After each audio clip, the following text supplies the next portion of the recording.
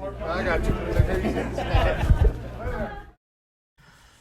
All right, creatures of the night, welcome to Talking Taker, episode 183 of our encyclopedic exploration, digging up the career of the greatest professional wrestling character of all time,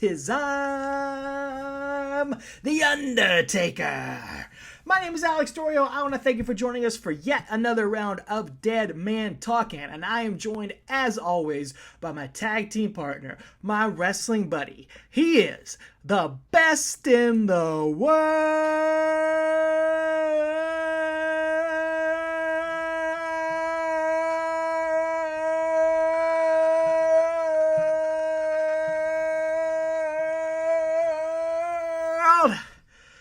Mr. Travis White. Travis, tonight we are talking Extreme Rules 2019, the best in the world, Shane McMahon, the Scottish psychopath Drew McIntyre, teaming up to take on The Undertaker and Roman Reigns, a.k.a. the Graveyard Dogs. How about them dogs? Oh, how about them dogs? Exactly. I wish they came out to that. It'd be good. It reminds me of Fever Dog, my favorite Sweetwater song, Almost Famous. So, Graveyard Dogs, man. We'll get to that merch. What a great merchandising opportunity. But yeah, Yes. we'll get to that in a little bit here. But yeah, strap yourselves in tonight because this is gonna be fun. This is a lot of fun, man. Oh yeah, we're getting extreme a far tonight. cry from what we've done the last 2 weeks. Yes, this is a treat. This match is 10 stars compared to the last two matches, and maybe we're elevating it just because we've been through Recency bias. Oh yeah, it could be because of that, but yeah, this match is super fun. Almost a missed opportunity in a lot of ways, and sort of bittersweet that we didn't get more of this, and bittersweet because this is the third to last match in the Undertaker's historic, iconic career. It's not our third to last episode. We got a couple extras that we'll fill you in on here towards the end of it, but it's the third to last match. It's the last real match in ring, because the one Super Showdown 2020, is that what it is? Super Showdown or Crown Jewel? Super Showdown. Super Showdown 2020. He doesn't even take his jacket off. Right. He does a move and he's out of there. This is it, man. We're gonna see. Think about that. Yeah, man. We're gonna see the last apron leg drop. We're gonna see the last old school. We're gonna see the last. Wow.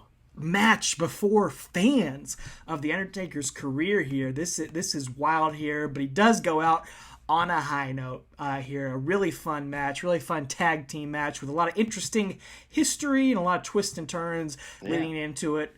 As the Undertaker, he tries to recover after a couple of rough outings in Saudi Arabia. He's the American BA. He's got to get back to the States here to have a better match. As we take our time traveling hearse back to 2019, we pick up where we last left off. The Undertaker did get a win over Goldberg in that dream match. First time, last time, only time there. Whether he liked it or not, he did pick up the win.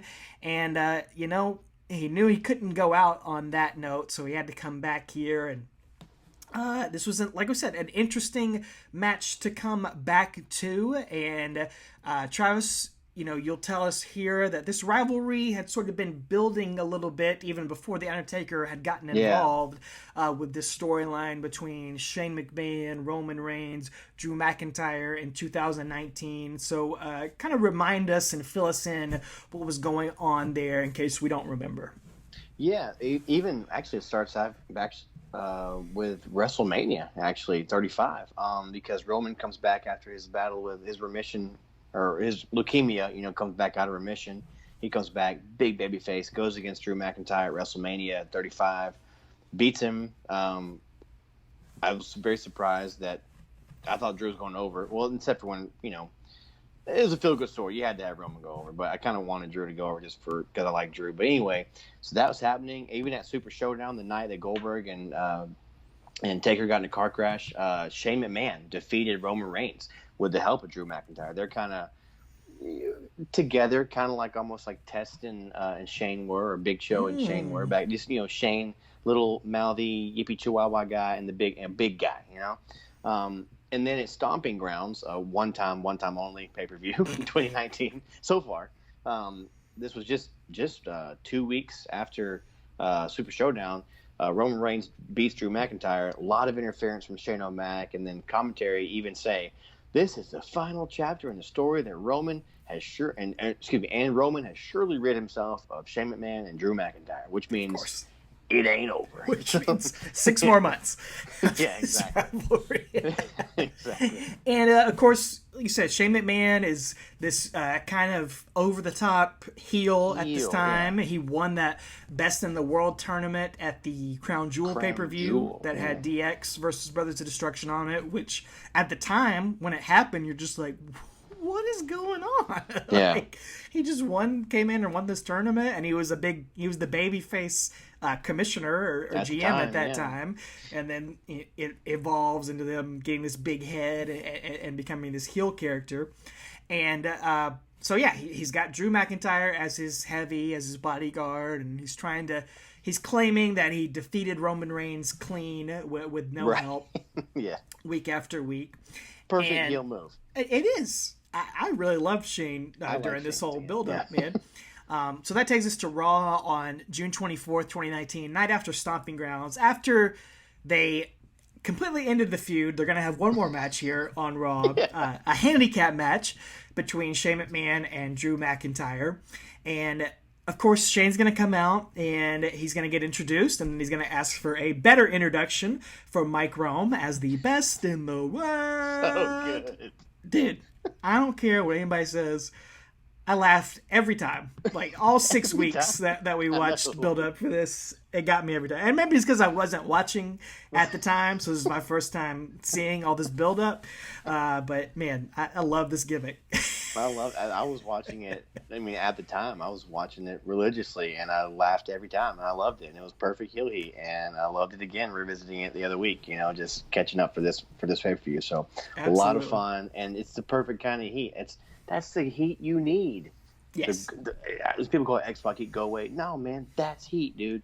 That's heat right there. Absolutely. Shane's putting on a masterclass here. Yeah. And he also Something about the McMahons, dude. They just know how to sports entertain, man. It's in their blood.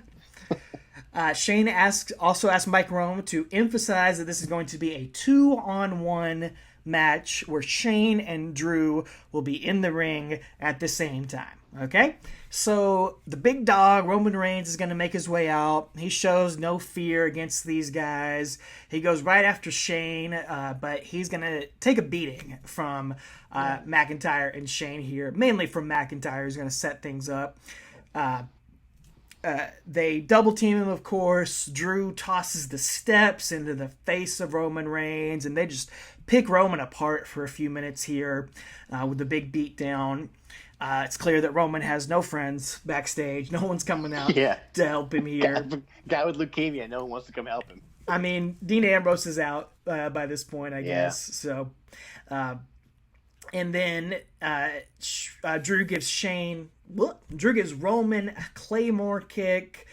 Drew tosses Roman into a pretty good-looking spear from Shane McMahon as he mocks Roman Reigns, but he connects with it pretty good.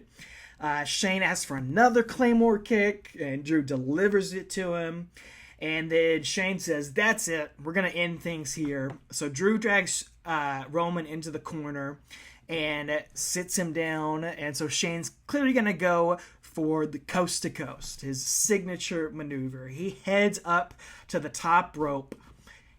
He stands up there. He's about to take that leap of faith. And all of a sudden we hear the gong, lights go out, and the crowd erupts, dude, because nobody saw this coming. Nobody knew this was happening. No one. It was such a surprise, man. And, we know one from the last ride, Taker had already signed on for this match, despite the ending of the Goldberg train wreck. He didn't know, but even that hadn't leaked out. It wasn't on the dirt sheets that I can recall. Like, this was a total shock. And that is why it works. Yep. Very well played here as we hear another gong. Lights go up. Undertaker is in the ring, and Shane McMahon is taken off guard. He jumps off the top rope right into a choke slam from the Undertaker. Undertaker hits a big boot to Drew McIntyre, starts unloading some soup bones in the corner on him, clotheslines him out of the ring, clotheslines Shane McMahon out of the ring. What is going on here as the Undertaker stands side by side with the man who beat him at WrestleMania 17 2 years ago, with Roman Reigns, as Shane and Drew back away up the ramp. Undertaker gives him the throat slash. The crowd is chanting "Holy bleep" as Taker does the Shakespeare pose. His music plays. Corey Graves says on commentary, nobody, not even Roman Reigns, was expecting this, putting over that this Roman didn't ask for this help, that Undertaker just showed up, like Batman, like he sees injustice and he's going to come right the wrongs here. But yeah, dude, this was out of nowhere, completely unannounced. Like you said, he had already agreed to work this pay-per-view, but it definitely seems like, okay, he's got to get some of his mojo back. He's had a couple rough outings here. What can we do to get the Undertaker feeling like the Undertaker again? What can we do to redeem him, to make him, the guy that we all look up to, that we all believe in here? And so this is a great, unexpected, exciting way to do it. And you hear, okay, Undertaker and Roman Reigns are going to face Shane McMahon and Drew McIntyre in the year 2019. Just hearing that without seeing the context for it is like, huh? Like, that's not a match I would have expected to see in the year 2019, but here we go. It's like you went on SmackDown vs. Raw on PlayStation 4 and click random. Yes. What is this? Yeah. But I will say, that being said, so I was a big Drew McIntyre fan. Once he got, his 3-B run was whatever, but I liked him. I knew he had potential. When he left, got fired in 14, 15, whatever it was. I followed his career a lot on the Indies. I watched his stuff at Progress over in Europe. I watched a lot of his stuff on the Indies, man, a lot of it. And he was in TNA for a bit, or Impact, whatever it's called. I watched a lot of his stuff, and you could tell he was a different guy. I mean, it's preaching to the choir now if you paid attention to who he is nowadays in 2021. But I saw so much potential, and I wanted to. Once he got back and he was in NXT, immediately I was like, when he gets the main roster, I want him and Taker. I don't know how much more time Taker has left. I want Drew and Taker to go at it one-on-one, something. I think Taker can give him a lot. And I'd heard in interviews where he said Taker took him under his wing back in 2009 or 8, whatever it was. But he said, he always told me, quit playing wrestler. And he's like, I didn't know what that meant until I got back, and I found myself after I got fired. He's like, Taker always told him, quit playing wrestler, be a wrestler. And you could see that Drew McIntyre from The Chosen One, he's grown up, man. He's a man now. Yeah, in more ways than one. Hairy Viking, man. Yeah, but seriously, I really have always enjoyed him, man. I really, since he came back, and so I always wanted to see this, and so that was just extra, the extra cherry on top for me as personally as a fan of Drew McIntyre and the Taker, especially since you and I are going through Taker's career at this time, doing Talking Taker. I was just like, man, we get to cover their interaction. I was so excited, man. I didn't know how it was going to play out, but I was very excited. It's whatever they were going to tease me with.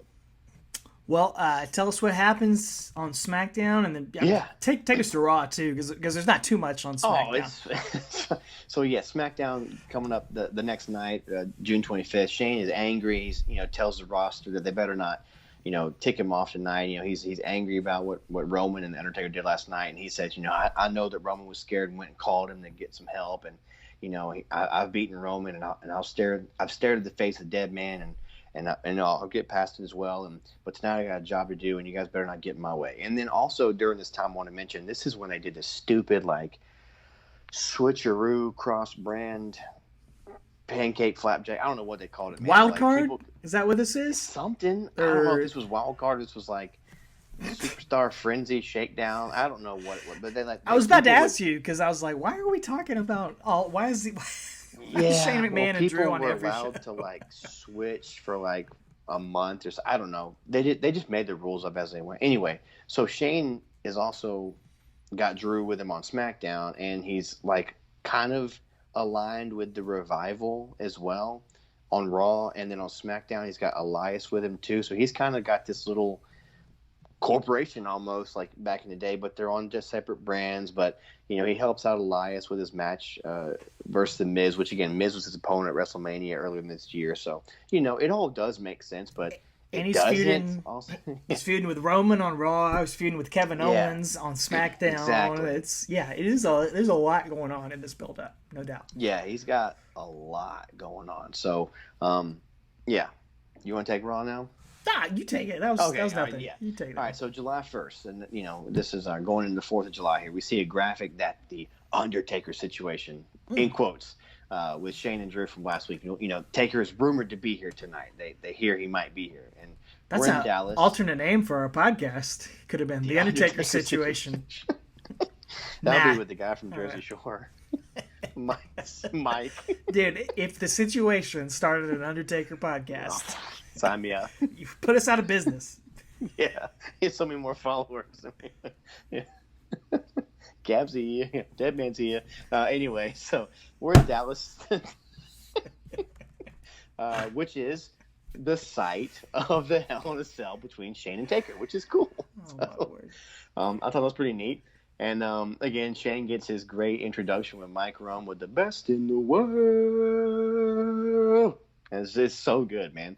And then you know we see a graphic at the bottom. It's like, oh, Shane and Drew versus Roman and Taker at Extreme Rules in 2 weeks. And I was like, why did they just announce it? Like, why did they just randomly say that? Like, play it out in front of me. You know, let me see. There's an old adage in like TV and movies, and it's called show don't tell. And that's really goes a long way in wrestling sometimes too. You know, like I hate in movies when like some big plot device happens off camera, and they're like, oh yeah, so and so did. I'm like, no, show me, don't tell me. So show me how this match gets signed. You know, do something. You don't have to do like put somebody through the table on a contract signing like we know, but like do something.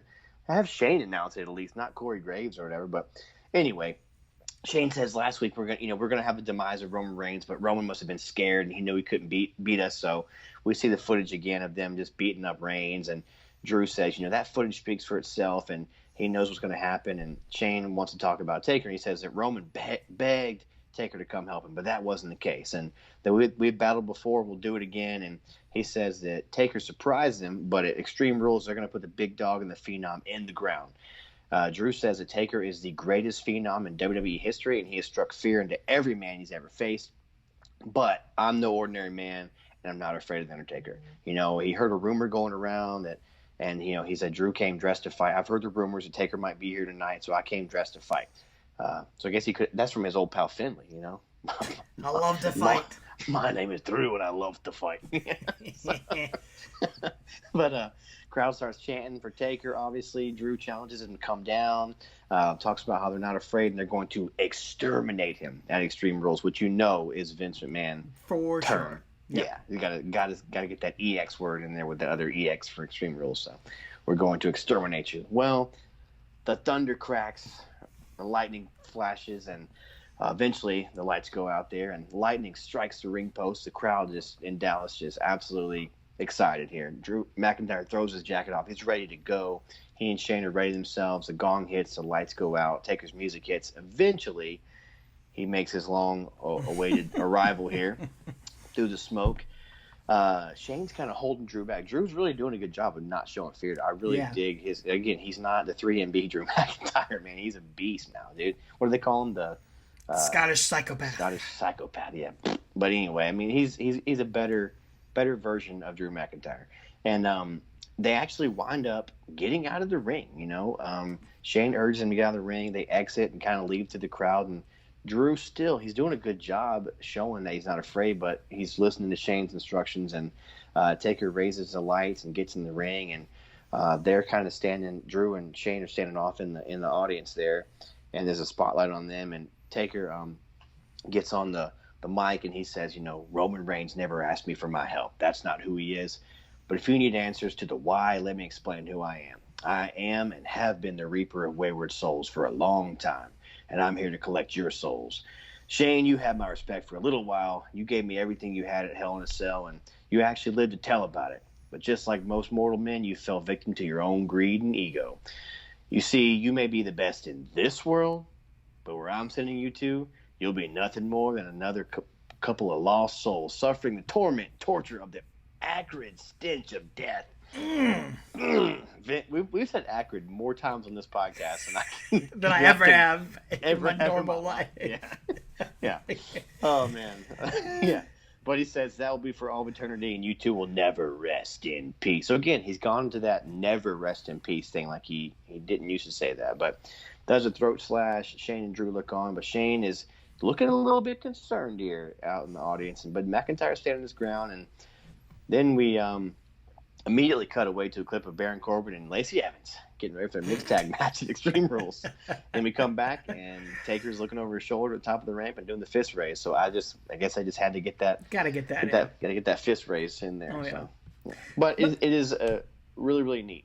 I like that. No, I like what you said. Drew and Shane are both playing their roles really well. Drew is ready to fight. He thinks he can take Undertaker. He's ready to stand up against him. And Shane's like, backing him off. Right. I'm not so sure about this, buddy. Let's pick our battles here. So it's good. We're seeing both sides of these two guys here. As we do head into SmackDown, Undertaker's not working Tuesday nights, but Shane and Drew are going to here.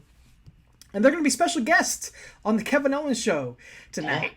Kevin's got his cue cards, reading them off here like he's a game show host. And he talks about Shane and Drew going to be taking on Roman and the Phenom, the Undertaker. I guess his Canadian accent is coming out here, man. His French Canadian, dude. His Montreal came out. The Phenom, the Undertaker. New nickname. We both caught that. Mr. Feeney. Oh, yeah. Mr. Phenom. Mr. Phenom. Okay, now I need to see like a Photoshop with Taker's head on Feeney's body. Bagley? Jeremy Bagley? Make it happen. Yeah. Well, of course, Shane McMahon, he's not going to be satisfied with Kevin Owens' intro, so he has to ask Greg Hamilton for that proper introduction, and it's great as always. And Kevin shows a video of what happened on Raw last night, as if we haven't already watched that the night before. One night ago. Good grief. 5-minute video of what happened the night before. Shane and Drew kind of laugh it off, saying, we're not afraid of The Undertaker. And the crowd chants for Undertaker, even though they really should not get their hopes up about Taker appearing on a random SmackDown here in 2019. But, oh well. Shane says he's on a hot streak. He ran through The Miz. He ran through Roman Reigns. And now they're going to add The Undertaker to that and Extreme Rules. And Shane also announces that it is going to be Extreme Rules. No holds barred at the pay-per-view. And this will be a vicious physical assault like nobody has ever seen before. And Shane adds, now that's spooky. That's his... his words a month. He's gonna say it a few other times. He's gonna talk about how spooky it's gonna be with Undertaker. Some sort of inside joke with those two, I feel like. Yeah. It must be. I think so. Kevin Owens says there's a specific part of the footage from last night he would like to see again, and he cues up Shane and Drew running out of the ring from Taker last night.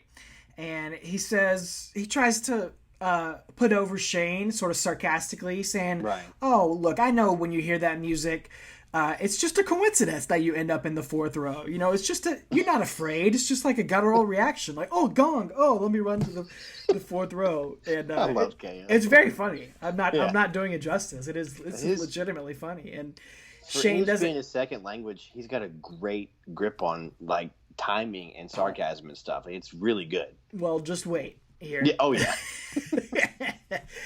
Shane gets angry about this, and he tells Kevin, why don't you just read what's on your cards? And Kevin does like he's told and talks about Shane single-handedly beating Roman Reigns at Super Showdown with no help.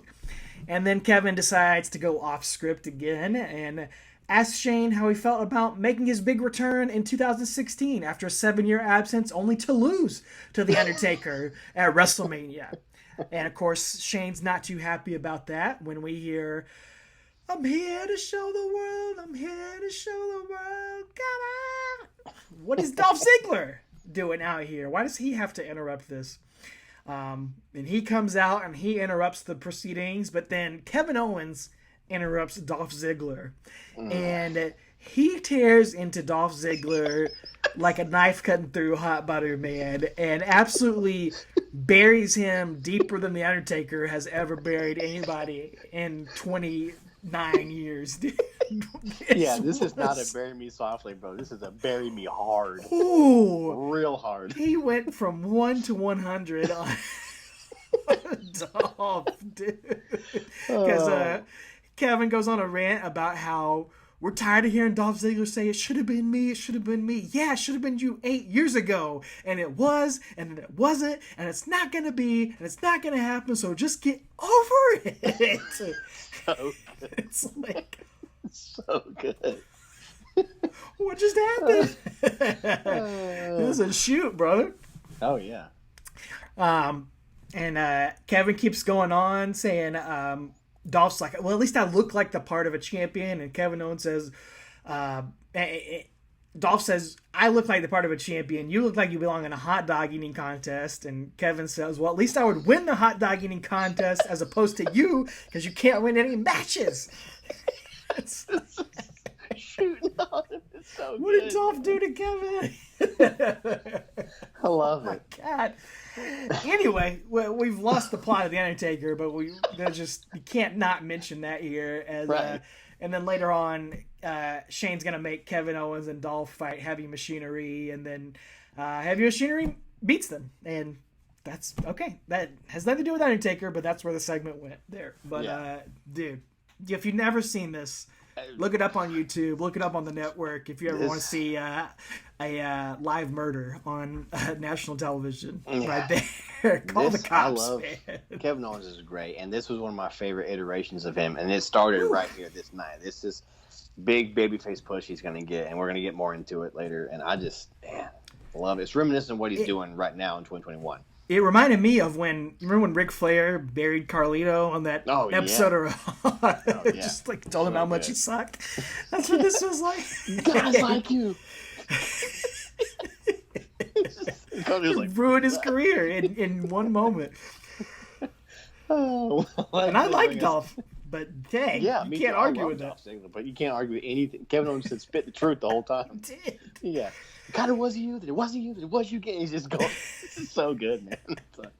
Well, this takes us to Raw, July 8th. That's the go-home Raw for Extreme Rules. We still got SmackDown to get to, but I'll try to get through it here. So Shane and Drew walk up to a guy taking out the garbage, and there's a rumor has it that he's the best. No, you think so? That would have been spot on. Great cameo. Yeah. So we're gonna get tonight. Shane and Drew are gonna face Roman and a partner of Shane's choosing. So that's the big storyline threaded throughout the night. So, and I do like that they thread this storyline throughout most of the night, because you don't get that a lot in recent years. Yeah. So even though it's what it is, it's still fun. And Shane says, rumor has it, he's the best garbage man in the world. So he's like, what's your name? Is it Tony? He's like, okay, Tony, you want to be Roman's partner tonight? And the guy's like, yeah. I mean, I guess he kind of shrugs his shoulders and says, okay. And if I was an unexperienced garbage man, I know I would not be signing up for a wrestling match. He's cool with it. Yeah, he's just like, whatever. It's just another day in the gig. So, but so again, Graves tells us now. No, the stakes are raised a little bit though. So if Undertaker interferes during this tag match tonight, Taker's out of the no holds barred match at Extreme Rules. So don't interfere tonight. And the tag team match is on. So later on backstage, we see. Shane and Drew come up to a very, very short beer vendor, and Shane tells them to hold those beers for the celebration later on. And, Shane's like, maybe you can be Roman's tag team partner tonight. And the guy just kind of like, okay. And they zoom out, and dude, those beers were $15 a pop. That's what it said on his. Good God. Hope they come in a commemorative cup or something, man. Yeah, they better. $15. That's a lot. That's a lot, man.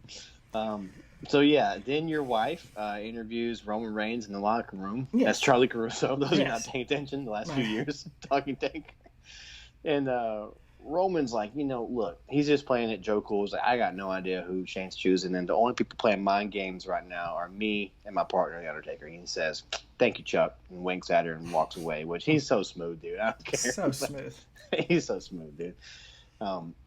Then later on, Shane and Drew are backstage with the janitor in a blue jumpsuit, and I guess his name tag says Gary, or they call him Gary. I don't remember, but they just, Shane asked Gary, he's like, "How would you like to make $5,000 tonight?" And Gary's like, "I'd do anything for $5,000. And Gary is a tall, you could tell he's taller, a little skinny, He's a black African-American man. He's a janitor there, but, you get a good shot of his face. You see who Gary is. Absolutely. And then Shane tells Gary that all you got to do is $5,000. You just stand there as Undertaker's partner, or Roman's partner, and let us do the rest. They shake on it. And then Drew's like, maybe we should get you a mask to cover your face because, we are recognized all over the world. And we don't want to embarrass you, But as you point out in your notes here, they just showed his face on national television for all to see. Did they not recognize the cameras there backstage filming them in this moment? Right. They could have had it shot from behind or something, even just to play it up. You still would have got the same effect, Yes. But Gary could have been shot from behind. You always sees back of his head. So I don't know, man. It's just, but they shake on it, and Gary's like, $5,000. It's like he mouths $5,000, which is, I don't know who Gary is, but he's spot on in that particular. I'd take it too, man. Oh yeah, I was going back to wrestle for free. I'd definitely take $5,000 and stand there, Absolutely, do nothing. But anyway, so later on, it's the main event. The main event is Roman and Gary, apparently the janitor, against Shane and Drew. So Roman's out first, Shane and Drew next. Mike Rome gives a proper introduction, and Shane says, I proved I'm the best in the world when I beat Roman at Super Showdown. We're going to set an example tonight as to what we're going to do on Sunday. Drew says we can see straight through Roman. You got no respect for Shane or for any kind of authority. The only person you respect is Roman Reigns. This Sunday I'm going to beat the respect into you. And Shane says, I've been searching for the perfect partner for Roman. He's the 5th grade spelling bee champion, a 3-time Prudential Employee of the Month, Gary the Goat Garbutt. Gary Garbutt. So Gary Garbutt comes out, and yes, it's spelled Garbutt. So Vince is backstage. Garbutt. Good crap. Get it? That's probably what he used to call JR or something. I don't know. But anyway, Gary, now, something's happened to Gary since the last time we saw him on screen. So he's still an African-American man, but now he's got a limp. Yeah. And he's holding his stomach like he's eating some bad tacos or something. Like he is dragging his foot down the ramp. What happened? I don't know what happened. Somebody poisoned him. Limping and holding his stomach as he walks down the ramp. Yeah. We don't know Why? what happened to Gary the Goat Garbutt, but you can tell this janitor is way smaller in stature than he was an hour ago. Anyway, after a minute, Roman backs into. They get the match going, and after a minute of them going back and forth, Roman backs in the corner and actually runs into Gary Garbutt, and the ref's like, "That's a tag. That's a tag." So Gary's in. So Drew just brings Gary in, and Shane tags in. The whole crowd though is going, "Gary, Gary," which I love that. I love that. They're in on it. I like that. And Gary winds up hitting Shane with a kick. He botches a springboard clothesline and just face plants on it. But then he hits a springboard back kick to McIntyre, and then doing a lot of moves that we've seen somebody on the 205 Live roster do a lot. And to no one's surprise, we're going to get the big reveal in just a minute. But Gary hits a back elbow, diving senton over the top rope. And at this point, you're starting to figure out who this is. But then Gary taunts, hits a huge springboard crossbody on Shane. But then Drew just drops him with a wicked Claymore. Shane covers him, and Gary eats the pinfall. And I don't know. Yeah, what's the point of having all the pomp and circumstance and the mask if Gary's going to lose? Gary should win there, So Roman slides in, Superman punches Drew. Shane dips out. The heels are standing on the ramp as they're leaving. Mike Rome announces the winners. Gary Garbutt then just kind of not a big production, just kind of takes his mask off, and it's Cedric Alexander to no one's surprise. So, and the crowd does what you just did, and they go mild. So, yeah, why go to all that trouble just to have Shane and Drew still win? Like, exactly. The whole angle is set up to embarrass them, but you don't go all the way with it and actually have Gary Garbutt win, and then take the mask off, and it's Cedric Alexander. It's like a La Parka beating Randy Savage, and he takes the mask off, and it's DDP. Like, that's one of the most iconic moments in Nitro history. You could have redone this. You could have made Cedric Alexander a star, had him feud with either Shane or Drew after Extreme Rules, for the next pay-per-view. And instead, it's just like, oh, okay, that Shane and Drew still won. Like, you tried, and you failed. Because they didn't get any heat on Roman. They got heat on Gary Garbutt, who we have one night's worth of interest in. You know what I'm saying? Like, that's it. So, they got the heat on Gary rather than Roman. You know, and he's still a loser. He lost just as much as the janitor would have. It's just like, it's so weird, man. It's a good idea, but failure in execution. Slipped on a banana peel, and they could have, Gary rolls him up, or even have it be a DQ, but then have Roman run in and spear, and Gary pins him, and then takes the mask off. Like, I don't know. Yeah, Roman beats the crap out of him, tags in Garbutt, he pins him, and then joke's on you because it's Cedric. I was like, yeah, exactly. But nope. Yeah, I don't know why. Weird detour there with but we get to talk about Gary Garbutt on Talking Taker. I'm not mad about it, but anyway, we wrap things up on SmackDown on July 9th, 2019 before we head into the pay-per-view here, as we're gonna get some business backstage with more stuff with Kevin Owens and Dolph Ziggler getting in a fight in the parking lot, and they're supposed to be in the main event tonight. But their fight gets broken up by the Bollywood Brothers and the B Team, another foursome I didn't think we'd talk about on Talking Taker. It's a blast from the past. I'm trying to get these guys in here because we don't have any more episodes left, so I'd like to mention them on the podcast. Yikes. I tell you what, though, man, I'd love to see Taker giving some choke slams to the Bollywood Brothers. Dude, they would have sold it like Kai and Tai or Spike Dudley back in the day. Remember take some last rides. When Orton did the backdrops on the thing too. It would have been like that. Hurt one of them. Yeah, that was awesome. Anyway, Shane's gonna eject Kevin Owens from the arena because of all this, and then later in the night, we're gonna see Shane chatting backstage with his alliance with Drew McIntyre and Elias. And they talk about how they had Roman right where they wanted him until Cedric Alexander got involved last night. And then Drew points out, well, we still won the match. So, again, all of that for nothing. Yeah. And Drew says Sunday they got the clear physical and mental advantage. And Elias says he's been working on the perfect funeral song for The Undertaker. And Shane says, is it spooky? And Drew says, yeah, it better be spooky. And Dolph Ziggler interrupts. He complains about Kevin Owens. Anyway, they end up making Dolph versus Roman in the main event tonight instead of Kevin Owens versus Dolph. Then later on, they're going to ask Shelton Benjamin his thoughts on the main event. And he's going to say, yep. Those of you watching, you got to slide off camera. Yeah. It's my favorite gimmick of all time. It lasted literally 3 weeks. It went nowhere.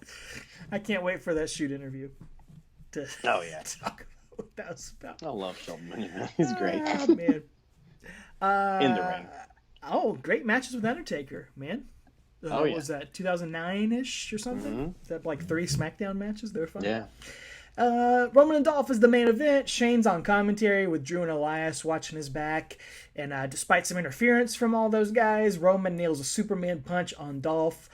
Dolph's going to kick out, surprisingly. And then Drew and Elias save Dolph, pull him out of the ring. Roman hits a very Undertaker-esque flying cow dive out of the ring onto them.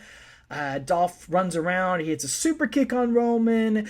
Shane gets in the ring to try to beat up Roman, but then Kevin Owens is going to return from being kicked out of the building, run out of the crowd, come in and hit a Stone Cold Stunner on Roman Reigns, and then Roman gets in the ring, delivers a spear to Dolph, and gets the big win. Oh, Stunner on Shane. Is that what did I say? Yeah, not Roman. Yeah, Okay, Stunner on Shane. He gives yeah. Stunner to Shane. Yeah, Or Dolph, whatever. Somebody. Yeah. Yeah. And Roman gets the pin on Dolph there. So, Yeah. This was all well and good too, but, spoiler for the match, but, like, where's Kevin Owens in this match at Extreme Rules? Like, you have Elias interfering.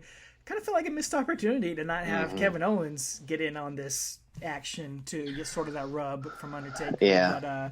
But, I guess the Drew Shane or Kevin Owens and Shane is going to go on past this, but I don't know. Kind of a weird mumbo jumbo of a build up here, but it is it's fun. Speaking of mumbo jumbo, one thing that Shane mumbo jumbos earlier when they're talking this night, he's like, "I'm so glad we just got rid of KO. He's a cancer," which is probably not the greatest thing to say when you're feuding with a guy who just came back from leukemia. I was like, true, poor choice of words there, Shane. Well, come on, man.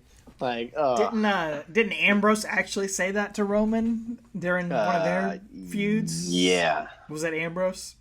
I think he said it to, or he said to Rollins about Roman right, when he was out. I think because he turned heel the same night that Roman announced he had leukemia and was leaving. Right. They had him and Rollins won the tag titles that night. He turned on him. I think next week he said something about Roman having cancer. So yeah, it was terrible. But anyway, but to cleanse your palate, 2 days after this on SmackDown, this is the go home for SmackDown on July 11th.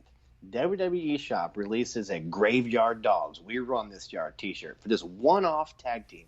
One night, I actually like the logo on the back with their names and stuff, but the dogs off the chain on the front is so hokey, like 1980s wrestling, but really cool piece of merch though for like this dream team. I would never wear it, but I think it's really cool that they just did it for a one-off, and you can do that when you got a guy like the Undertaker. Absolutely. And a future Hall of Famer in Roman Reigns, and you can do stuff like this. You wouldn't want to do it for like, I don't know, Elias and Gary Garbutt. You know what I'm saying? Well, they don't do it for Drew and Shane.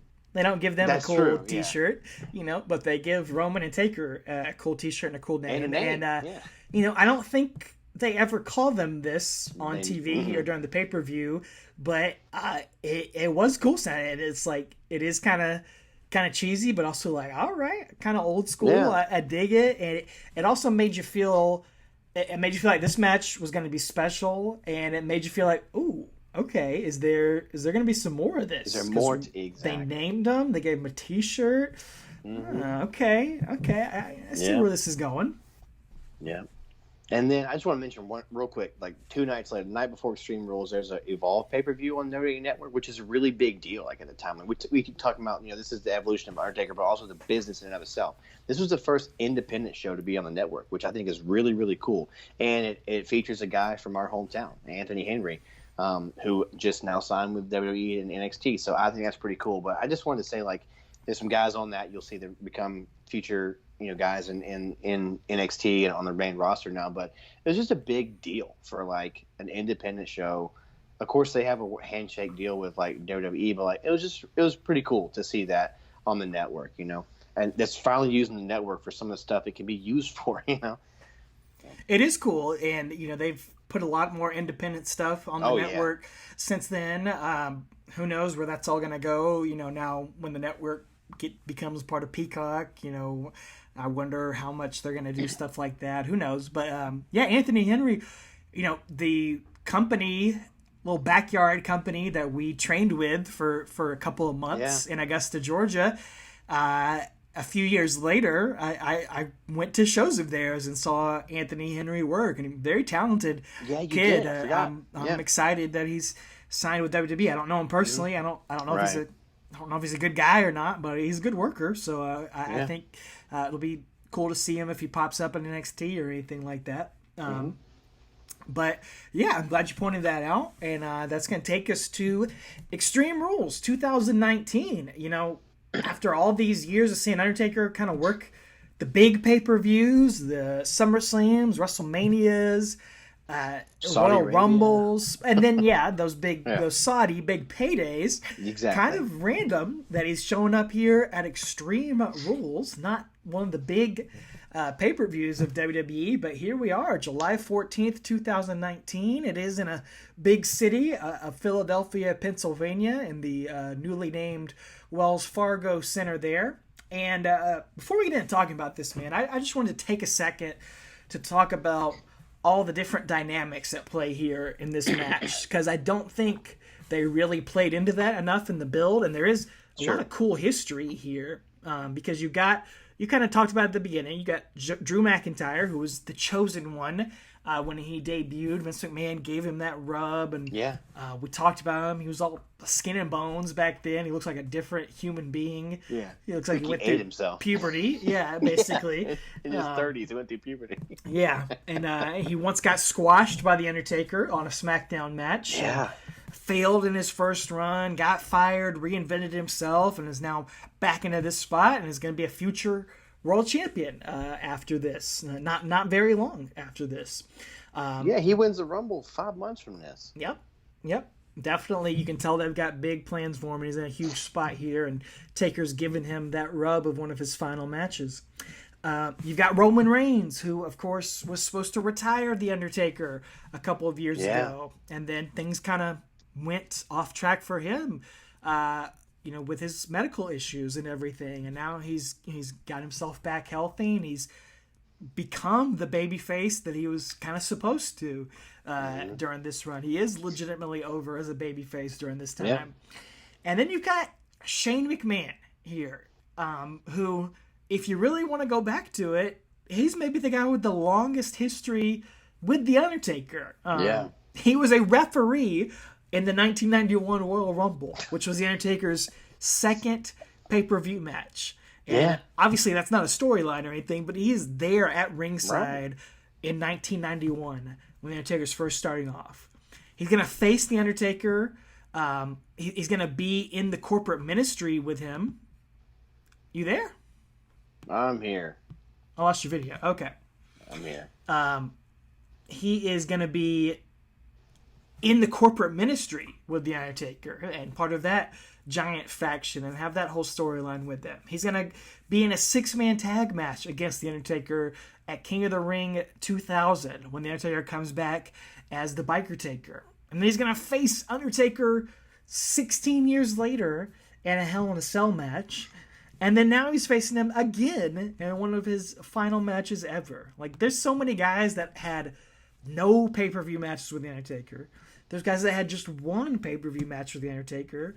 And Shane McMahon, of all people, is now having his third pay-per-view match with The Undertaker. It's not something you would have ever predicted, but it's kind of funny how he's kind of worked his way up into, like, one of his most famous, iconic rivalries. It's funny how that works, man. And, I'm glad you went over that history there, because, it would just be, like you said, they give a little context for some of this stuff. They don't go way back in the annals of time like you just did. So, we know that's what we do here on the podcast. So I'm glad you took the time to do that, because it really does paint a better picture for what we're about to get into. And, it's good stuff, man. I remember watching this one live at my house that night on the network, and even the video for the night starts off with the Graveyard Dogs and the Mac and Mac Express, as I coined them. So we got the McMahon and the McIntyre. So I don't think they could have made a the Mac Daddies. Graveyard Dog with the Mac Daddies. Return of the Macs. Oh, yeah.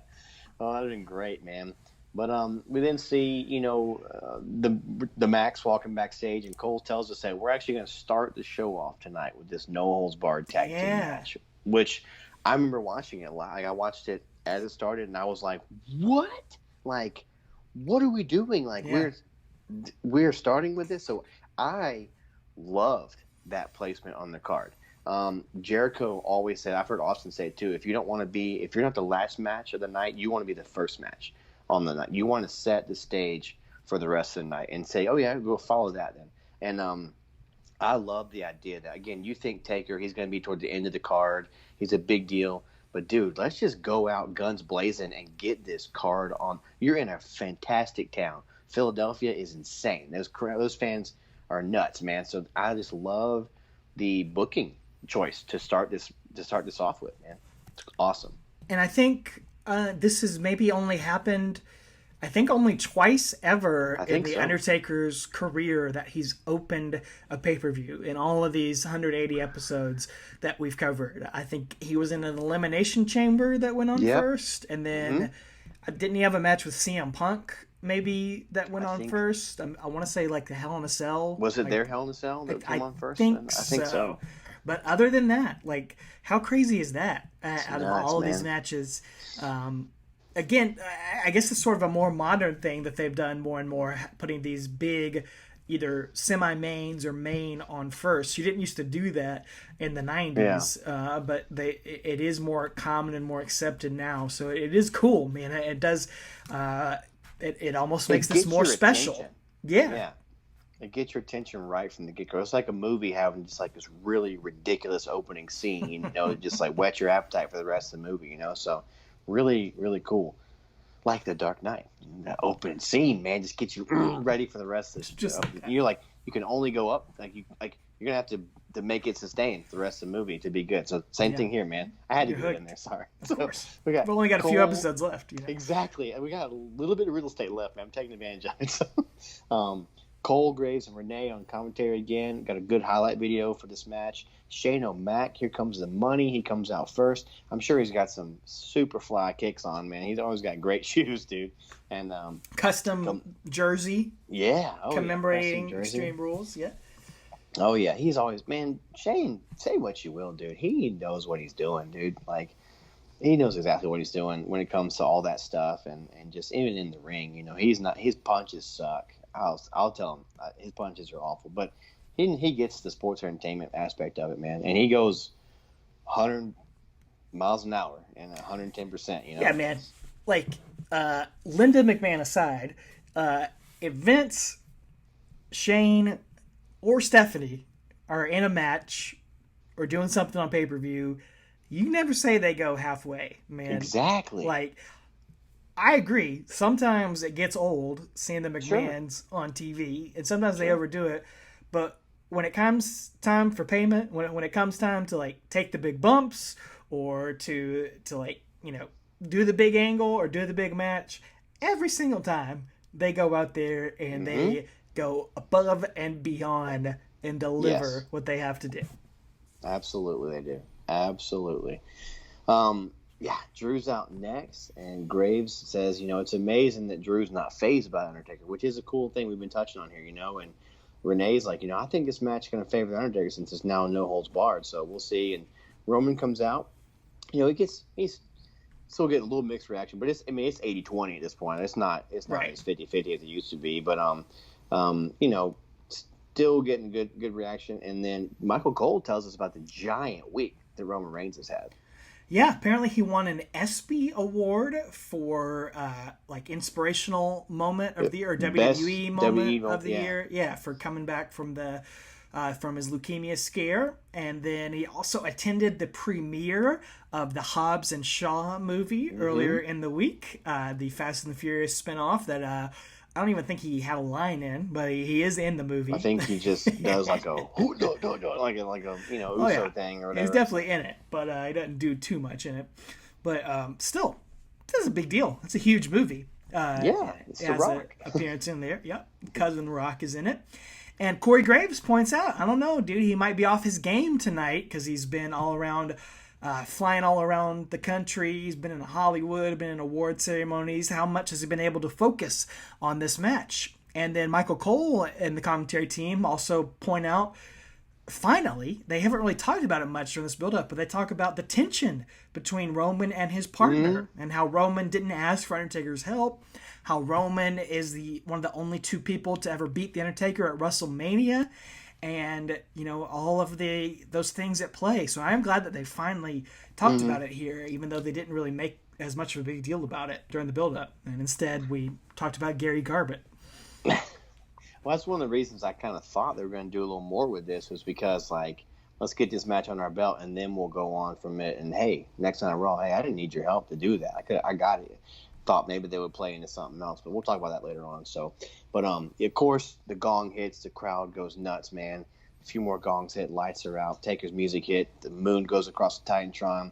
Taker comes back, he gets that big old Philly cheese pop, baby. It really is on fire for this dude, man, because they know he's hanging on, man. Like, there's not many more of these opportunities.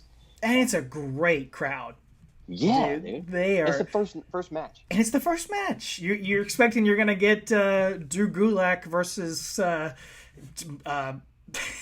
Daivari or something in the first match. Instead, you're getting The Undertaker. The Bollywood Boys and the B Team. Nah, you're getting The Undertaker here. Yeah. Big deal, man. Big deal. He's kind of wearing that really intricate jacket that we saw him wear some of the past WrestleManias. And interestingly, though, as he comes out and goes through the big entrance, we got the big camera angles coming around and following him, all the lights raising up, all that good stuff. As Taker takes his jacket off, he's got a slightly different shirt on. It's less of a tank top because it really...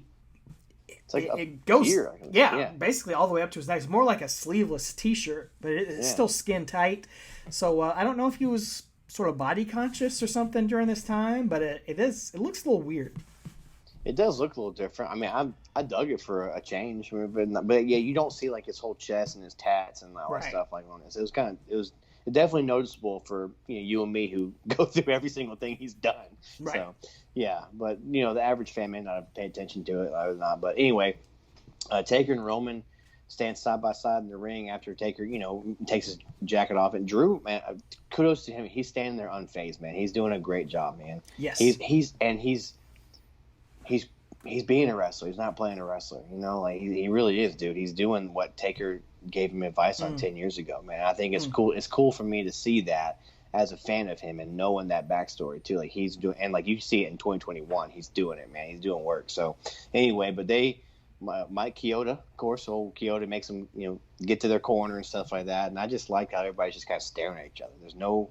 It's just intense, man. It's a big fight field too. We keep saying that. I keep saying that every time, but it's just these big four stars, man, right here. Absolutely, dude. Taker gives Roman the nod to start things off, and he's going to go up against Drew here. He hits a big uppercut on Drew McIntyre to start things, and then goes for a Samoan drop. But Drew gets out and hits a beautiful belly-to-belly on Roman, one of Drew's signature moves there. Oh, yeah. Drew backs Roman into his corner and tags in Shane. And Shane comes coming in with those quick strikes, but Roman quickly just drops Shane to the ground with an uppercut. And Roman goes for 10 punches in the corner on Shane.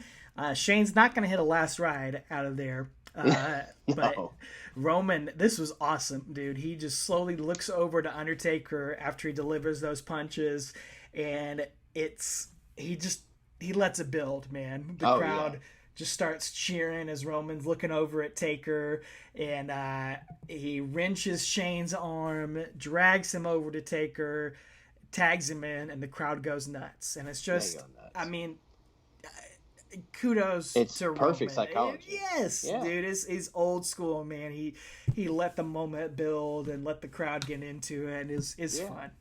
I mean, this dude's been in wrestling his whole family life. I mean, his whole life, dude. Like, aside from college playing football, he's grew up. You watch it on the Yokozuna documentary, and just like all the stuff. I mean, he's in the NOI family, dude. He knows what he's doing. People can hate on him all they want, man. I'll defend Roman Reigns all the time because he's great at what he does. But I want to mention too, like nobody has more heel heat on this entire show than Shane McMahon, dude. It is so good. Like, it's so good. And then the dichotomy of that between the pops for Taker, that no one's going to get more babyface pops than him. It's so fun to watch during this match. So, like you said, Taker gets the tag. He comes in, wrenches a shoulder, drops a leg drop, and then the leg drop on the arm, like he used to do back in like his, when he was going against Kurt Angle and stuff like that. Yeah. And then he wrenches the arm, and he kind of eyes over at Drew. And he takes Shane toward Drew, kind of toys with him a little bit, pulls him away real quickly, kind of like he's just bullying him, and goes up for old school. But then Shane's going to block it and hit those terrible boxing punches on Taker. Whips him to the other corner, and Taker reverses it. He throws some soup bones in the corner, gives him a clothesline, and now, of course, Undertaker, he's going to get old school in. And it is going to be for the very last time that we ever see it, man, in the ring, dude. It's you don't know it at the time, but now we do. Right. Up till now, things could change, but as of now, the last time we ever see him do that move. And Shane, he's playing his role perfectly. He's just getting the crap beat out of him. And he falls into the corner and tags in Drew McIntyre. And here is the big money face-off that unfortunately we never got that singles match. Yeah. This happened 5 years before. Definitely could have been a WrestleMania match. Drew could have been one of those guys that or that Undertaker had the last match with. Could have been amazing. You think about Drew McIntyre of 2019 against Undertaker of 2009. Like, oh my God, come on, dude. But it's a very awesome passing of the torch, passing of the generations moment as they face off here. Yeah, it's so good. And this is what I was waiting for, man. Like, just as I anticipated this match. So, like I said, Drew finally gets in and faces off. They stand face to face, and I was just so excited for being a fan of Drew McIntyre, just and knowing how much this meant to him. And he hammers on Taker. They trade blows in the middle. Got the boo spot going on, and Taker whips him, but Drew kicks him in the chest, and Taker does that, quick stand up like that, like he always does. And it's just, but then Drew comes at him and clotheslines him over the top rope. But of course, it's the Undertaker. This is his, I guess, last perfect 10 landing as well. Dang, man. Perfect to the end. Yeah, perfect 10 landing. Taker drags him on the bottom rope and then drives Drew's back into the apron and puts him on the apron. Is going to go up and hit that huge leg drop. But unlike good thing he didn't hurt his hole on that one. Can you imagine Undertaker? Yes, I can. I love it. Oh. Oh my word. Oh my word. So good. Undertaker's gonna tag in Nia Jax's cousin, Roman Reigns, or second cousin. I don't know how they're related, but they're related somehow. He's gonna hit some short clotheslines on Drew in the corner. Big boot from Roman. The crowd is loving this. It's just like a picture perfect textbook tag team match right now at this point. Roman's gonna crank up the fist, but Shane distracts, so he has to punch Shane. He ends up going after Drew, but Shane's gonna pull the top rope down, and Roman's gonna come flipping and flying out of the ring, and that makes Taker angry. He just jumps down off the apron. He's like, nope, not having this. Yeah, that's my only thing with this match is like it's no holds barred. But why do you have to tag in and out? That's a rule, That's the only thing. It could have been Texas Tornado match, Yeah. But it wouldn't have gotten some of these spots that we're going to get that we have, So I understand, but if you're going to be nitpicky, whatever. But anyway, like you said, Taker stalks over there, grabs a chair, and Shane kind of scurries up the ramp, and Taker heads around that way to meet him. He's going to hit him with a chair, and Drew throws Roman in the ring in the ring steps, gets him back in the ring, and then Taker apparently just dropped the chair. It just goes missing. I don't know where it is, and he's back up on the apron. And then Drew hits a vertical suplex to Roman. Again, he's got a great-looking suplex and covers him for 2, and then Drew goes over and tags Shane back in to get some punches, I guess. I don't know. He's tired and wants Shane to come in and punch. Yeah, Drew picks Roman up like from the ground into like a snap suplex. Like it was very, very impressive. Really it's cool good, move. Man. He's so impressive nowadays. Shane, of course, tries to take the credit for it and goes for a pin on Roman. Roman kicks out. Shane with some ground and pound. He goes for a pin again. Another kick out. And so Shane tags back out to Drew McIntyre. Drew and Roman are going to trade hands. Drew hits another one of those big, pretty belly-to-belly suplexes. And he's going to slow things down into an arm bar and work the arm of Roman as we've had such an exciting match so far. And Drew's going to calm the crowd down before we get him back into it. It's perfect pacing, man. I love it. Got that key lock on. Taker's pacing around the apron right there, and Roman's trying to fight out. And this is just old school tag match right here, man. The crowd's getting into it. They're cheering for Roman as he's kind of getting back into it and trying to get out. And it's just fun to watch because it's very old school. And then Roman's going to punch out and get whipped in the turnbuckle. gets thrown again in there, and Drew's going to elbow out. And he runs at Roman, and Roman's going to hit a Samoan drop on him. So they're both down, and Taker at this point is just pounding on the turnbuckle trying to get that hot tag. He's just a tag team specialist, man. Absolutely. So this is his last tag team specialist match we're going to see. So trying to get that, the crowd into it, and then Drew charges at Roman, but he's going to hit his shoulder on the ring post, which used to be a big deal in matches. Now it's every Monday on Raw and every Wednesday on. Someone does it nowadays all the time, but it's still a good spot for this match to lead to where it's going to head. So it was a big deal last month when Goldberg did it, but thankfully Sure. Drew does not pull a Goldberg here. And Roman and Drew are both down. Classic hot tag spot as Drew tags Shane, Roman tags Undertaker. Undertaker comes in running wild, punching both guys, whips Shane McMahon into the corner, and for the last time, we get that big splash. We get the snake eyes. We get the big boot, and all of it connects. Yes, sir. Taker knocks Drew McIntyre off the apron. He clotheslines Shane McMahon over the top rope, and he is going to start tearing apart the furniture on the outside as he rips off the English announce table. And we think he's going to go for a last ride on Shane McMahon, but we're going to get some interference here in this no-holds-barred match. Yeah, El Kabong, man. Old Elias comes in, smacks him with the guitar. Roman comes around and just blasts Elias, which I love. Elias is great. He's so old school too. But Roman then is going to get sideswiped out of nowhere by a Claymore kick from Drew, and then that actually dumps him over the barricade. And then Elias goes to hit Taker again. I think he picks up part of his he takes up the neck of the guitar. neck of his guitar, and he goes to hit him, and Taker goozles him. So again, they got a storyline that's been going for like over a year now. Doesn't get really cool. the final payoff that it needs, but it does get it. But then Drew's going to stop that, before Taker can chokeslam Elias. He's going to come in with a Claymore to Taker that puts him out, and Taker that helps put that move over, when someone Taker gets out with it, And it's such a good move. It looks so good. It's almost like great. It's like Sweet Chin music, sort of, for the modern day, because you can hit it on anybody. You kind of hit it out of nowhere. It's kind of painful that Drew takes a back bump off of it, onto the cement every time he does it. But dang, it looks great. Effective.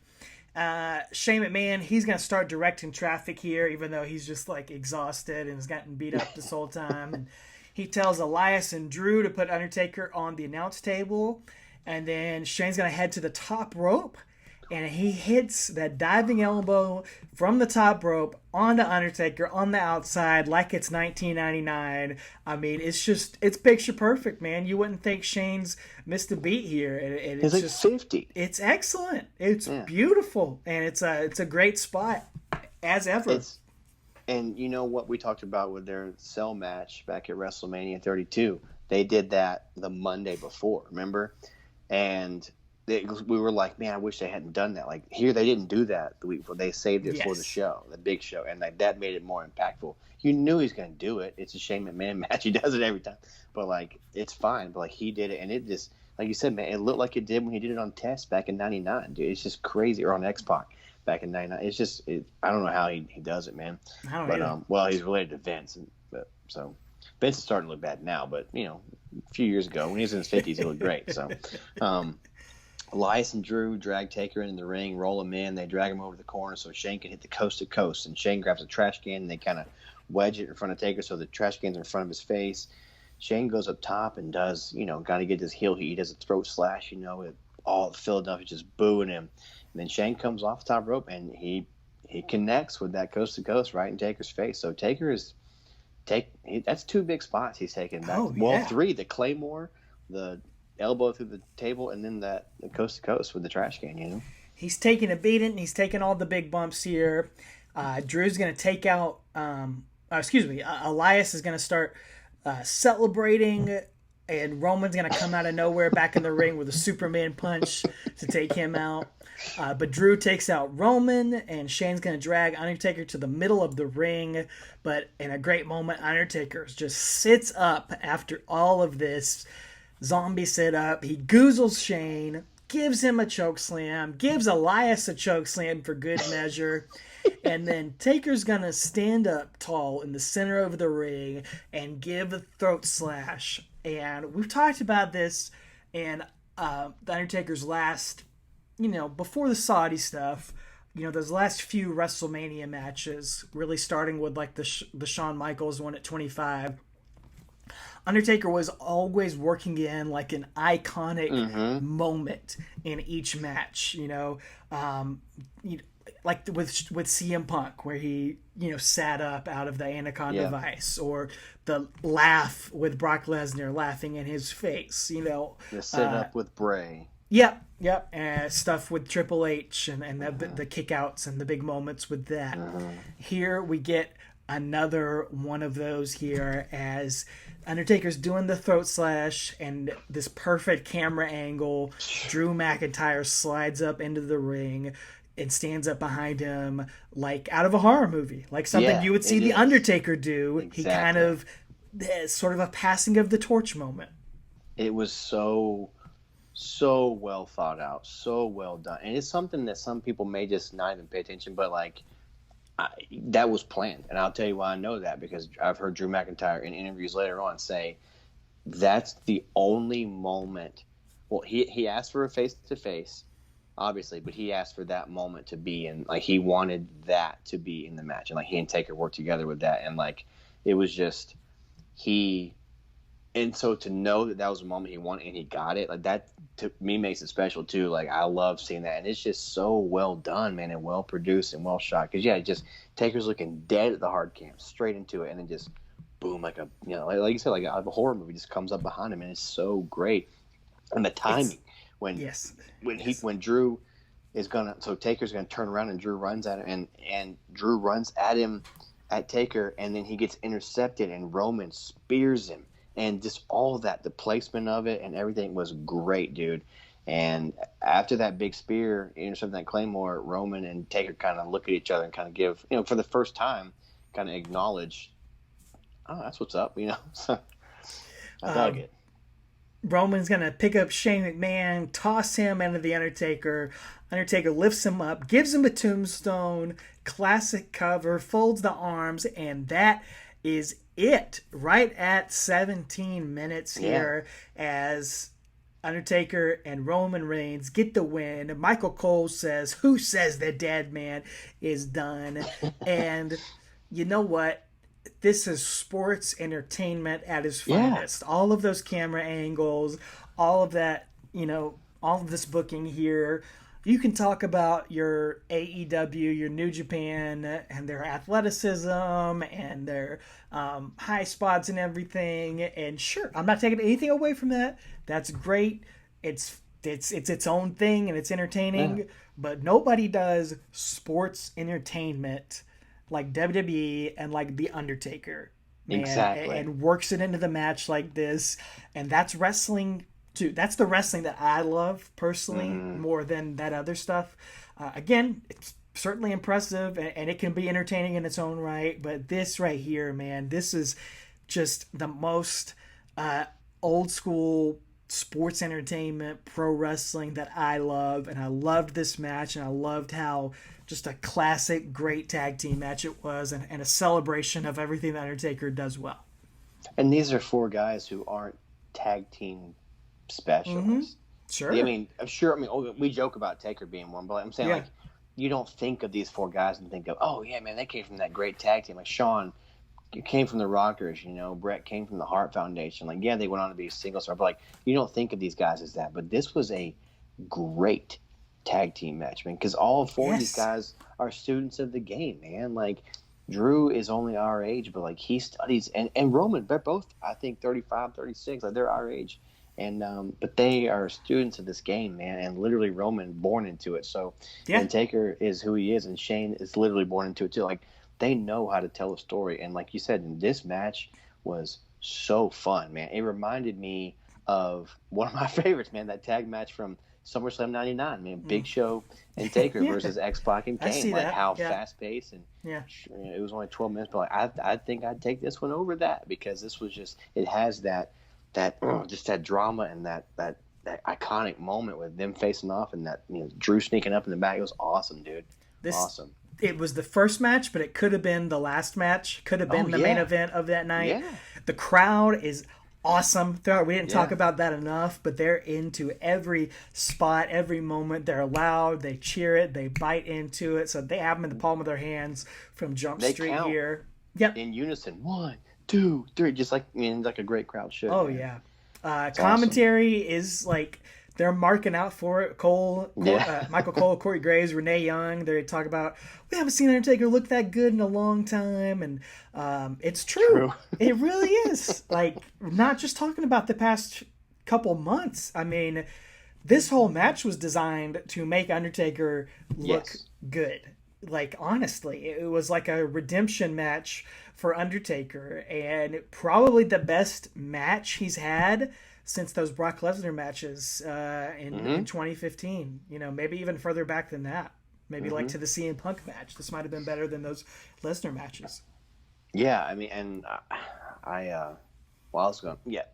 So Drew, I've heard Drew and Shane both. I think it was on the After the Bell podcast or something. Anyway, both of them have talked about this match specifically and say that specifically Drew was like, that was my goal, was to give him his R, like help him get his R back. Like, I know who he is and how much he's meant to me and to the business. Like, me and Shane and Roman, all we wanted to do was highlight him in this match. Like, that's what they did, man. Like, you forget about the bad taste left in your mouth from the Brothers Destruction versus DX, the bad taste from the wig flying off, the bad taste from the Goldberg almost killing him. Like, I hurt myself today. You forget about all that stuff when you see this. It completely, like, you can let that go and you can remember this, and that was their mission that night, those three other guys. And to me, they checked every box, and it was insane, man. Like, this match was so good.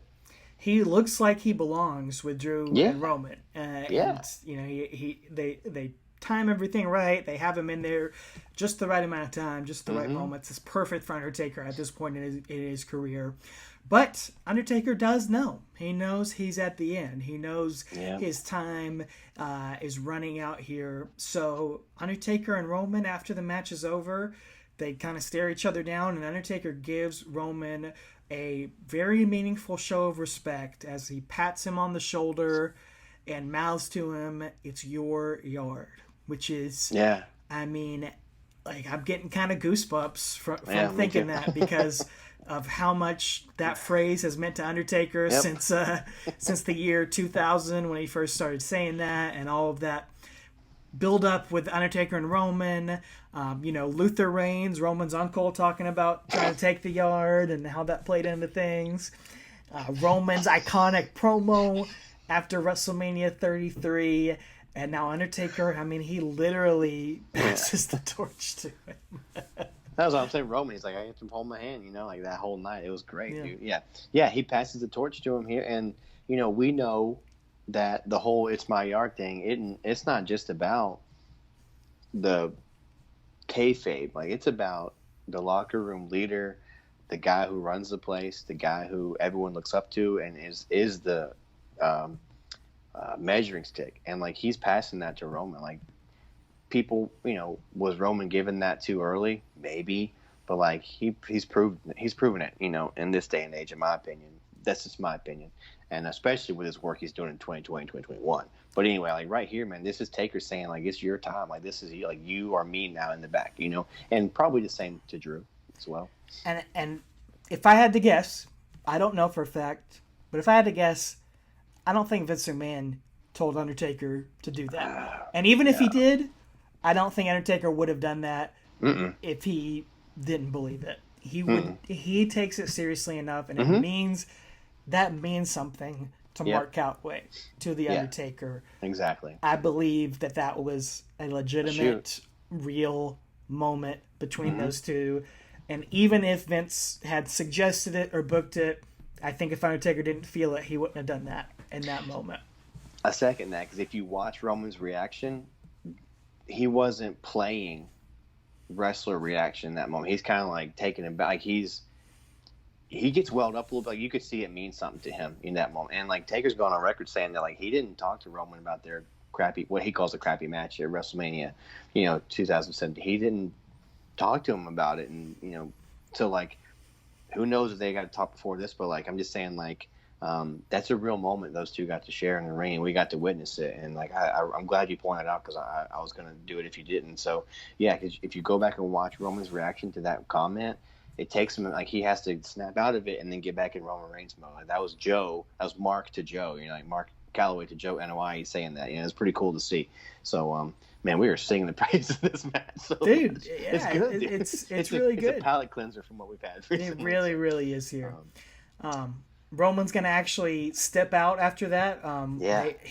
Roman's music plays for a second. Undertaker's music plays at first, and then it switches to Roman's music, and then Roman's gonna leave, and it's gonna change back to Undertaker's music as the Graveyard Dogs kind of survey their work, and Roman's gonna step out of the ring and leave it to Undertaker.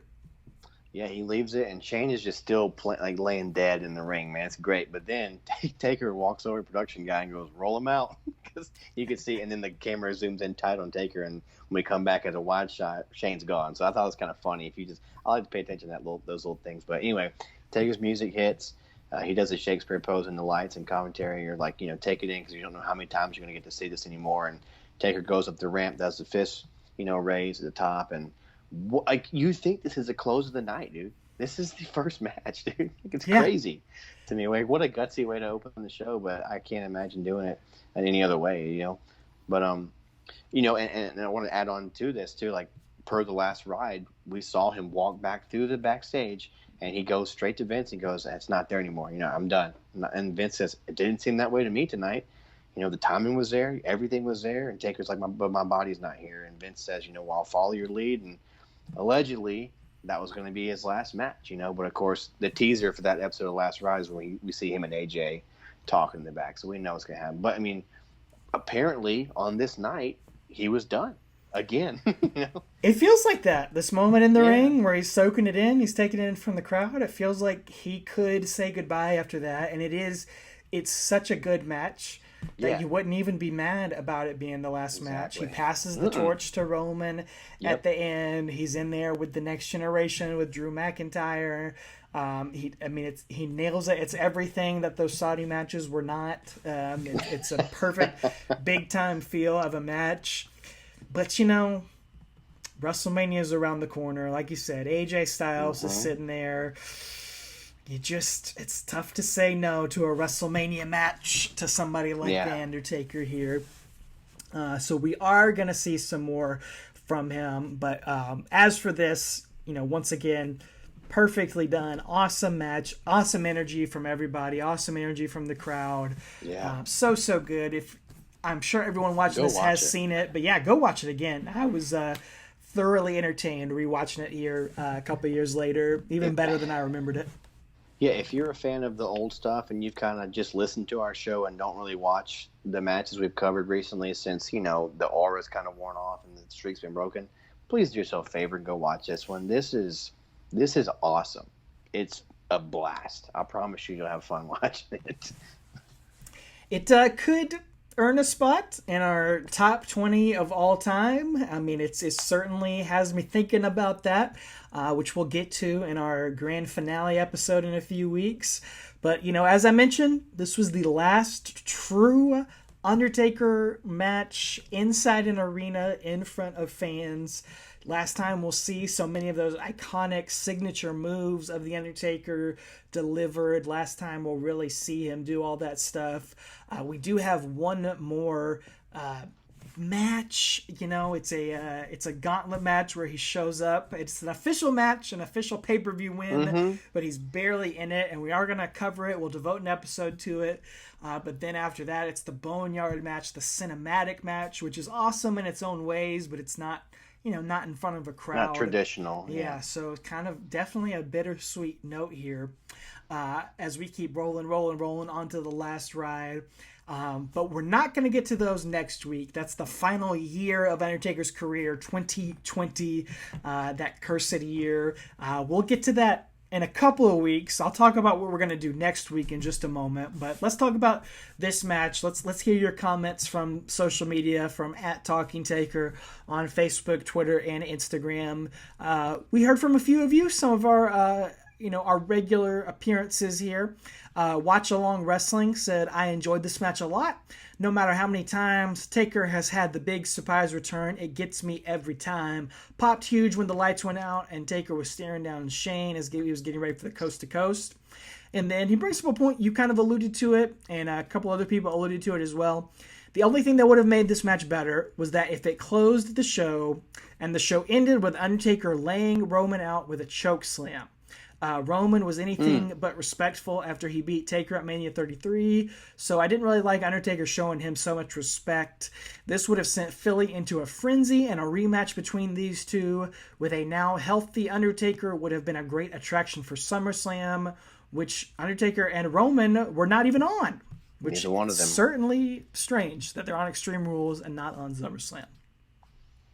Yeah, it's very strange. I like that idea. Like I said, I alluded to that earlier without even knowing that he wrote that. But yeah, it would have been cool to have seen them, go the next night and Roman kind of, I didn't need you. But again, they don't want to turn Roman heel again, and he'll be the de facto heel in that. So I get it why they didn't. But neither one of them were on SummerSlam. But yeah, it's so weird. Rady Turco said, legitimately thought this was going to lead to a tag run, probably the tag belts, then a breakdown and eventual rematch between Taker and Roman, and kind of disappointed that it didn't. And that's where I thought it was going to go. Man, I was ready for it. I was ready for Graveyard Dogs taking the tag team titles, have it be part-time, have it be a Brock Lesnar schedule, whatever, who cares. Have them face Elias and Drew McIntyre, have them face the New Day, have them face the Revival. Who knows, man? Who knows what you could have done with the Graveyard Dogs, and then build it up till they break up and face at WrestleMania 36. Again.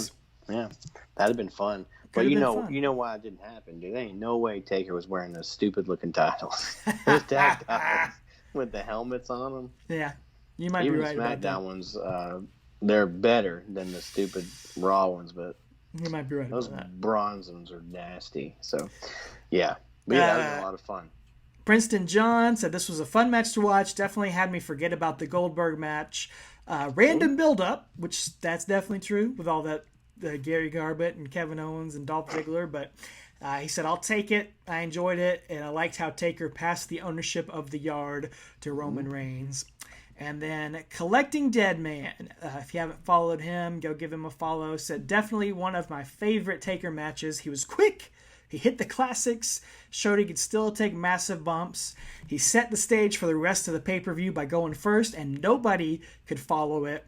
He showed that the Goldberg match was not his fault, and agrees that they should have made a SummerSlam match out of Reigns or McIntyre against Taker. Yeah, he was healthy. I would have loved that. But he says this would be the last Undertaker match that my dad would get to see, being as he passed in December. So it's very special that it holds that memory. So that's cool. Yeah, I love that story. Thanks for sharing that. Collecting Dead Man. Let's see. I put a poll up on the Twitter as far as the Goldberg match and the DX versus Brothers of Destruction match, and asked you, the listeners, what was really worse between those. Any guesses as to what the fans voted on, Travis? Which one was worse? Which one was worse? I think they said the DX match.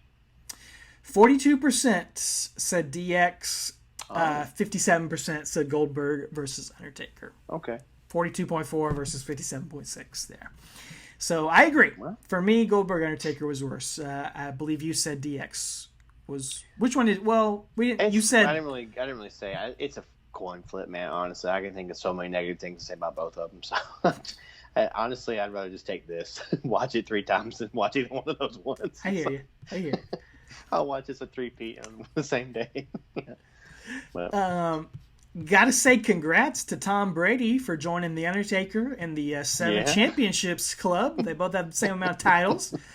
Gronk is not quite there yet, although he does have a 24/7 title to his name. He hosts WrestleMania, Taker's last WrestleMania. He did. That's so weird.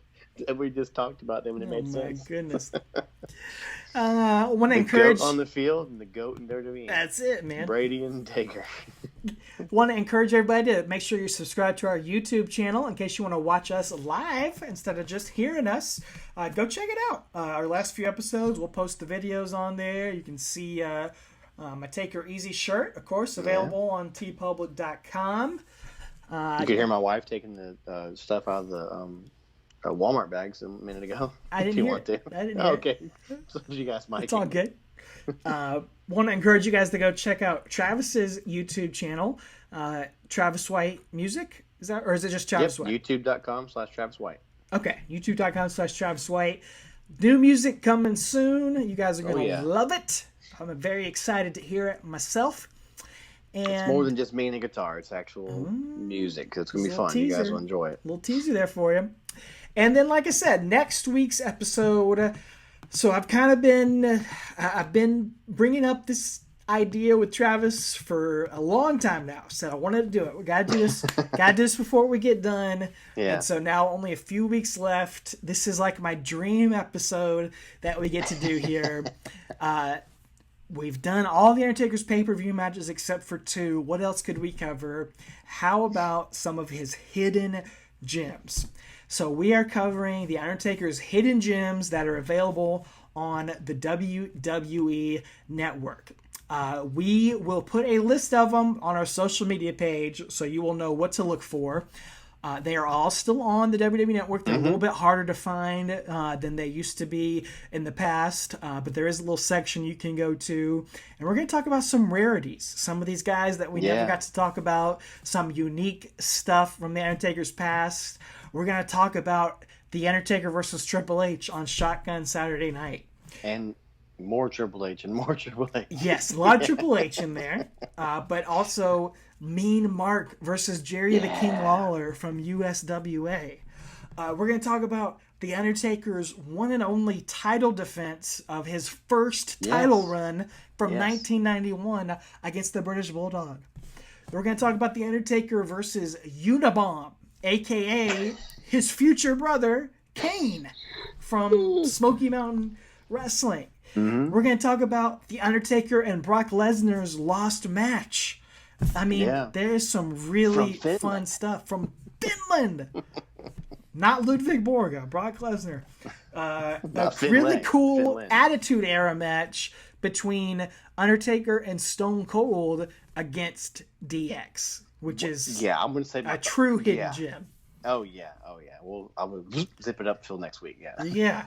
So some really fun stuff. Again, we're gonna explore some of the depths of Undertaker that we didn't always get into throughout these episodes when we cover these pay-per-view matches, lost matches, unreleased matches. Yeah, we've actually touched on some of these. We have during Talking Taker, but we haven't gotten to in-depth talk about them, which is kind of neat. Going back and watching them. They weren't always available when we were first doing the podcast, and now they're out there. So, it's gonna be a little different episode. We're not gonna go move by move like we go through the pay-per-view matches, but we'll tell you what's truly a hidden gem, what maybe you should skip over, some of that stuff here.